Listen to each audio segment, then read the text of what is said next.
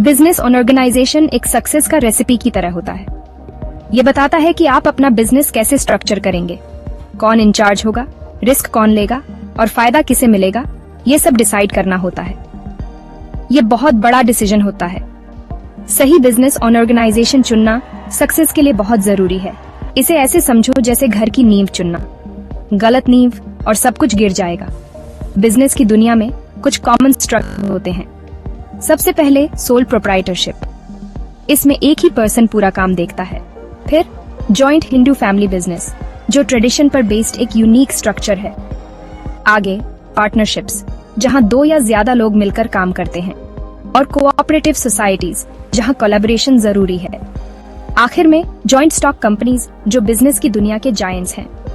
हर structure के अपने rules, फायदे और नुकसान होते हैं।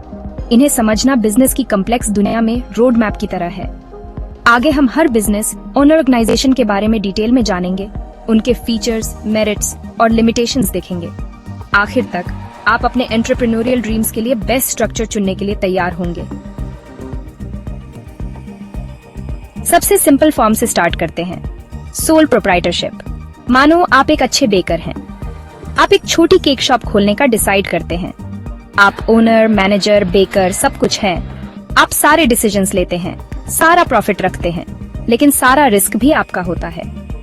यही सोल प्रोप्राइटरशिप है। इसे सेटअप करना आसान है, कम पेपर वर्क चाहिए और आपको पूरा कंट्रोल मिलता है। लेकिन आपकी लायबिलिटी अनलिमिटेड होती है। इसका मतलब अगर बिजनेस में डेट्स हो जाएं, तो आपकी पर्सनल एसेट्स भी रिस्क में होती हैं। अब इमेजिन करो कि ये केक शॉप जनरेशन से आपके फैमिली में चल रही है। सबसे एल्डर मेंबर इसका हेड है। ये joint Hindu family business HUF की एक झलक है। हिंदू लॉ के हिसाब से चलने वाला ये स्ट्रक्चर इंडिया में यूनिक है। कार्टा बिजनेस मैनेज करता है और बाकी फैमिली मेंबर्स को-पर्सनर्स होते हैं। ये कंटिन्यूटी देता है, लेकिन कार्टा की अनलिमिटेड लायबिलिटी एक बड़ा ड्रॉबैक है। सोल प्रोप्राइटरशिप्स और HUF स्टार्ट करना आसान है। ये कम कैपिटल वाले स्मॉल बिजनेसेस के लिए अच्छे हैं, लेकिन इनके लिमिटेड रिसोर्सेज और अनलिमिटेड लायबिलिटी ग्रोथ को रोक सकते हैं और बड़े रिस्क ला सकते हैं। क्या होगा अगर आप अपनी केक शॉप एक्सपैंड करना चाहते हैं, लेकिन आपके पास पैसे नहीं हैं? आप अपने फ्रेंड के साथ टीम अप कर सकते हैं, जो मार्केटिंग में एक्सपर्ट है। यहाँ पार्टनरशिप्स आते हैं। 2 या ज्यादा लोग अपने रिसोर्सेज, स्किल्स और मैनेजमेंट को मिलाकर बिजनेस करते हैं। पार्टनरशिप सोल प्रोप्राइटरशिप से ज्यादा फाइनेंशियल सपोर्ट देते हैं और रिस्पॉन्सिबिलिटीज शेयर करने देते हैं। लेकिन बिना फूली हुई केक की तरह पार्टनरशिप्स के भी डाउन साइड्स हैं। पार्टनर्स के बीच डिसएग्रीमेंट से कॉन्फ्लिक्ट्स हो सकते हैं और बिजनेस की ग्रोथ रुक सकती है। इसके अलावा पार्टनर्स की अनलिमिटेड लायबिलिटी का मतलब उनकी पर्सनल एसेट्स भी रिस्क में है। गलतफहमी से बचने के लिए एक रिटन पार्टनरशिप डीड जरूरी है, जिसमें हर पार्टनर के रोल्स, रिस्पॉन्सिबिलिटीज और प्रॉफिट शेयरिंग रेशियो लिखे हों। सेक्शन 4, कोऑपरेटिव सोसाइटी, एकता में ताकत। सोचो, कुछ फार्मर्स मिलकर अपना प्रोड्यूस डायरेक्टली बेचते हैं, मिडिलमैन को हटाकर। यही कोऑपरेटिव सोसाइटी का एसेंस है। इसे कॉमन इंटरेस्ट वाले लोग मिलकर बनाते हैं, जो एक शेयर्ड गोल अचीव करना चाहते हैं। बेसिक प्रिंसिपल है एक मेंबर, एक वोट, जिससे डेमोक्रेटिक डिसीजन मेकिंग होती है।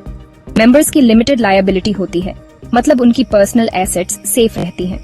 कोऑपरेटिव सोसाइटीज मार्जिनलाइज्ड सेक्शंस के लिए खास तौर पर फायदेमंद होते हैं। उन्हें कलेक्टिव स्ट्रेंथ का प्लेटफॉर्म देते हैं। लेकिन कोऑपरेटिव सोसाइटी मैनेज करना चैलेंजिंग हो सकता है। डिसीजन मेकिंग स्लो हो सकती है और अलग अलग ओपिनियंस की वजह से कॉन्फ्लिक्ट्स हो सकते हैं। Section 5, joint stock company, collective investment की पावर। अब बड़े प्लेयर्स की बात करते हैं, जॉइंट स्टॉक कंपनीज। रिलायंस या टाटा जैसी कंपनीज के बारे में सोचो। ये बड़े बिजनेसेस होते हैं जिन्हें बहुत लोग मिलकर शेयर्स खरीदकर बनाते हैं। हर शेयर कंपनी में ओनरशिप का एक यूनिट होता है। कंपनी एक अलग लीगल एंटिटी की तरह एसेट्स ओन कर सकती है, डेट्स ले सकती है और कॉन्ट्रैक्ट्स कर सकती है। शेयर होल्डर्स की लिमिटेड लायबिलिटी होती है, मतलब उनका रिस्क उनके इन्वेस्टमेंट तक लिमिटेड होता है। ये स्ट्रक्चर कंपनीज को एक्सपेंशन और ग्रोथ के लिए बहुत ज्यादा कैपिटल रेज करने देता है। लेकिन जॉइंट स्टॉक कंपनी सेटअप करना कॉम्प्लेक्स और एक्सपेंसिव होता है। इसमें कई लीगल फॉर्मेलिटीज और रेगुलेशंस होते हैं। ओनरशिप और मैनेजमेंट का अलग होना कभी कभी कॉन्फ्लिक्ट्स ऑफ इंटरेस्ट पैदा कर सकता है। सही बिजनेस और ऑर्गेनाइजेशन चुनना रेसिपी के लिए सही इंग्रेडिएंट्स चुनने जैसा है। हर स्ट्रक्चर का अपना फ्लेवर होता है और फाइनल आउटकम पर असर डालता है। ये क्रूशियल डिसीजन लेने से पहले अपने रिसोर्सेज, रिस्क एपेटाइट और लॉन्ग टर्म विजन के बारे में सोचें।